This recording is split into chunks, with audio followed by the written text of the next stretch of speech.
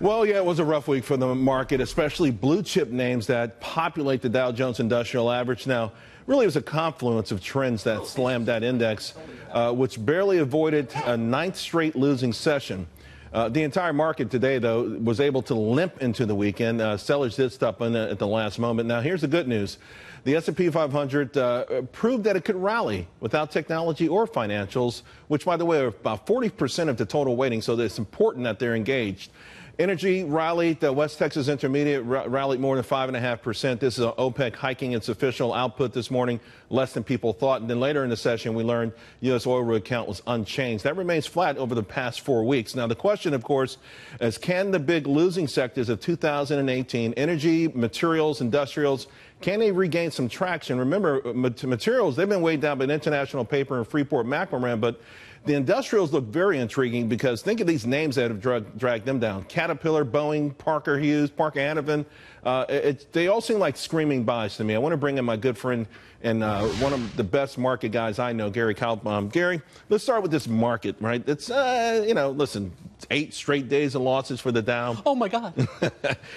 But the other side of the coin was we saw a series of records for Russell and NASDAQ. But what is the message in the market right now for you?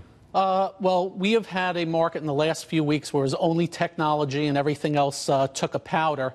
I think that probably changed in the last couple of days. Technology got very frothy. A bunch of IPOs came out with that lose money, and the stocks went up 50 to 100% over days. That usually indicates it's getting long in the tooth, and I think they don't lose money like a Pets.com, though, right? We're not. At that No. Point yet. They actually have great sales growth, but they're losing money. And when you get that type of froth, usually it means it's close to the end. You had gargantuan moves in Netflix and Amazon and things like that. It is normal to have pullbacks. I think that's all you're seeing right now.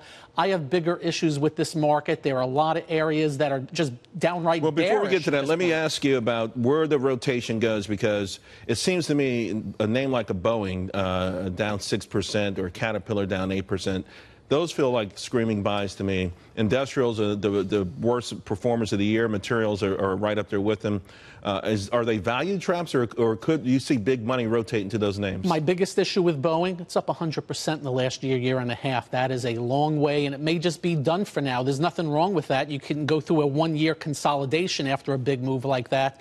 I think Caterpillar has an issue, and I think Boeing also has the issue of the tariff situation. USA Today had a good article today, the top 10 stocks that could be affected. Those two are in there, and I think that's what's holding them back right now. And the louder the noise comes, the stocks get hit.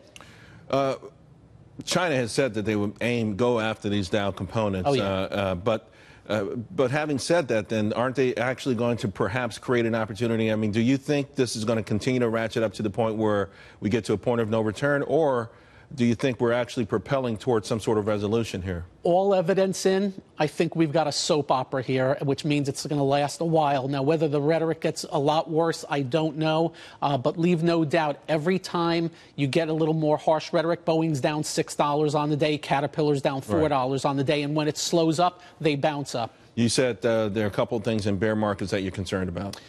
I watch J.P. Morgan very closely. And the financials are terrible. And is breaking down. Oh, look, Citigroup's already dead. Goldman Sachs dead. A lot of others in bad shape. Every smart, brilliant person that comes on financial TV in 2018 said, buy the financials. It's a no-brainer.